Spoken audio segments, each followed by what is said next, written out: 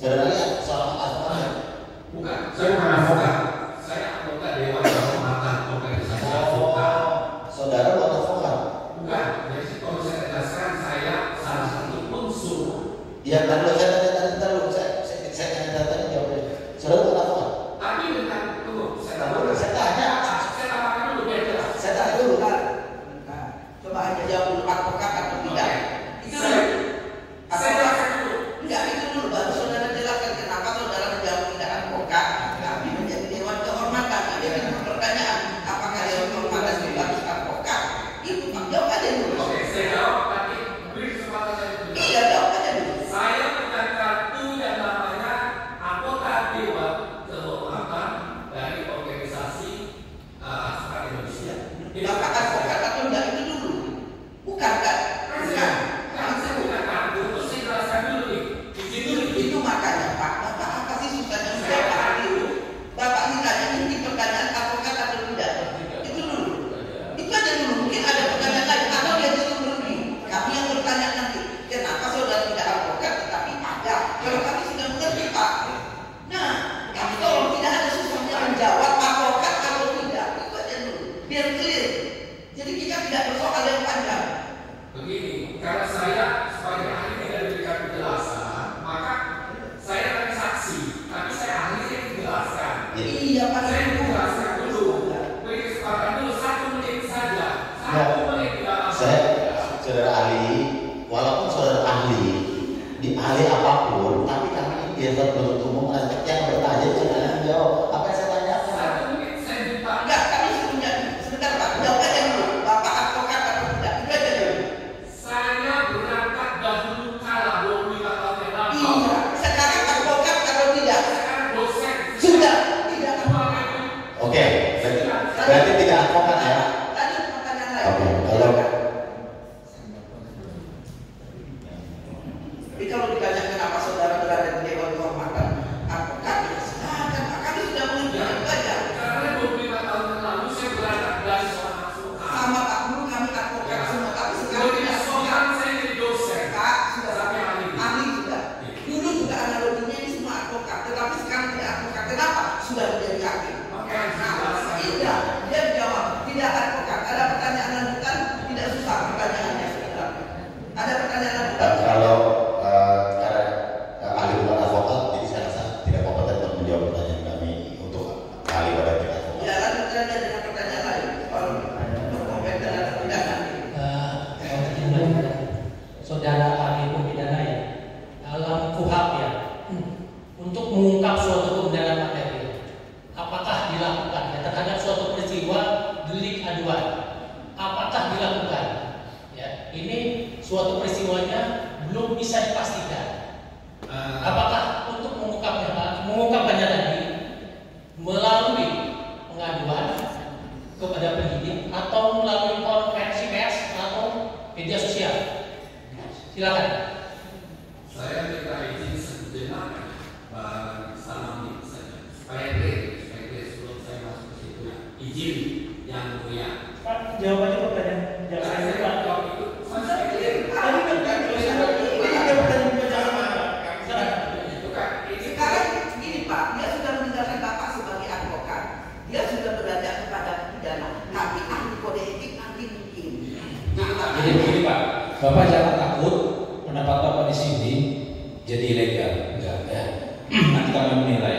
Bapak tetap kami periksa sebagai ahli pidana, gitu tadi ya, dan ahli kode etik advokat. Kalau ahli kode etik advokat clear, nggak ada masalah. Jadi Bapak advokat ataupun bukan, Bapak tetap diajukan sebagai ahli kode etik advokat karena Bapak duduk di Dewan Kehormatan Advokat. Ya, jadi jangan takut. Jadi kalau mengaku saja, itu bukan aib Pak ya. Tidak sebagai advokat atau bukan aib. Ya silakan. Pertanyaannya lain. itu bijak dan itu bisa diterima apa yang disampaikan. Memang begitu maksudnya dari kami Pak. Tapi Karena mana ada ada bukan ada perbedaannya. Ketika dia jadi pejabat negara, dia berhenti.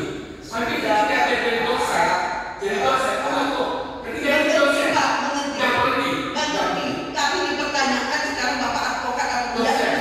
Ya sudah, clear. Bapak jangan potong juga udah. Kan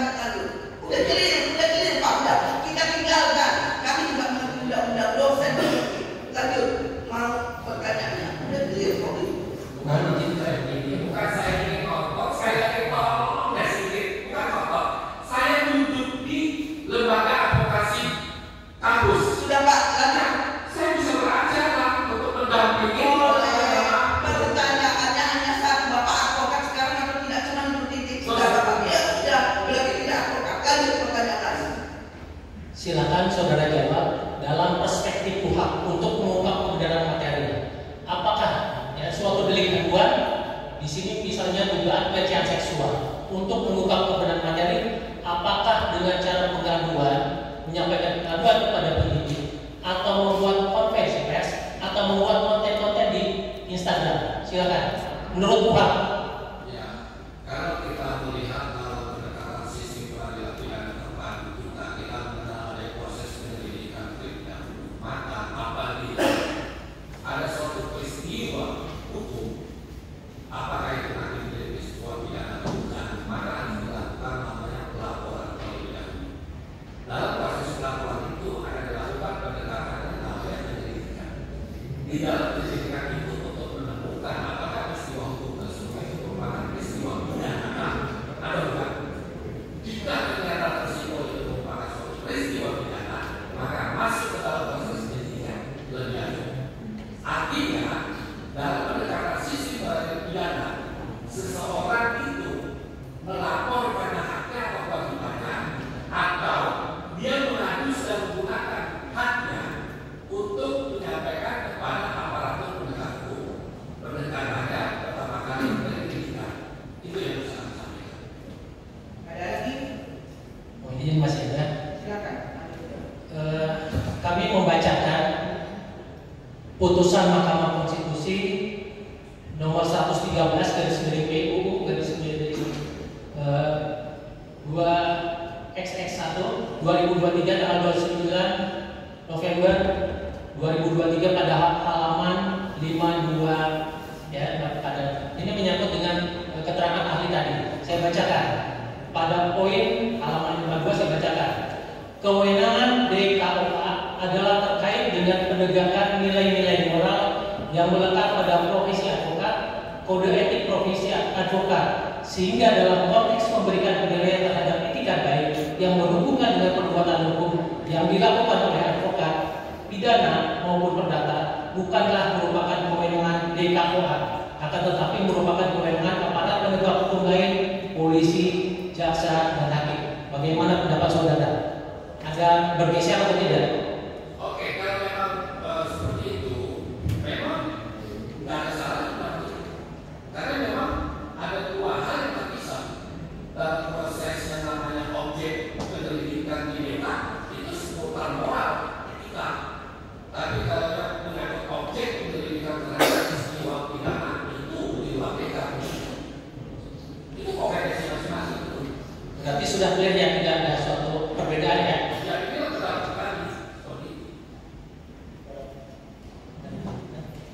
Cukup, terima kasih. Ahli tadi yang menyatakan bahwa ketika satu delik aduan itu sudah sampai kepada sudah menjadi satu penuntutan di penuntut umum itu, ahli menyatakan harus ada satu form yang diisi oleh korban untuk melimpahkan kewenangan. Itu diatur di mana? Tadi ahli ada menyebutkan seperti itu. Oke. Itu dalam proses penyidikan ada yang namanya pasal 45 HIM dan itu masih diberlakukan sampai hari ini terhadap delik aduan. Itu ada di dalam proses penyidikan, bukan penuntutan. Artinya penyidikan kalau ini P21 ingin tetap nanti untuk dilimpahkan penuntutan itu harus dicantumkan hal itu supaya lengkapnya berkas tersebut itu untuk P21. Dalam hal ini korban sudah diwakili.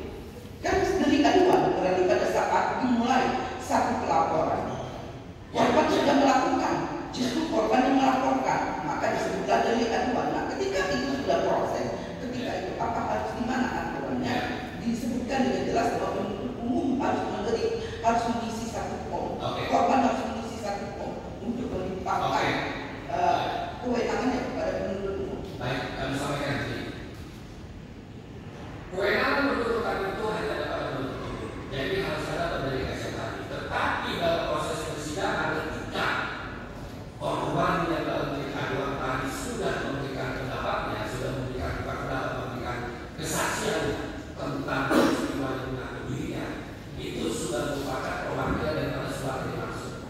Lain halnya kalau dia tidak dapat di persidangan, ya. Itu yang saudara teruskan memberikan tadi saudara menyatakan pendapat bahwa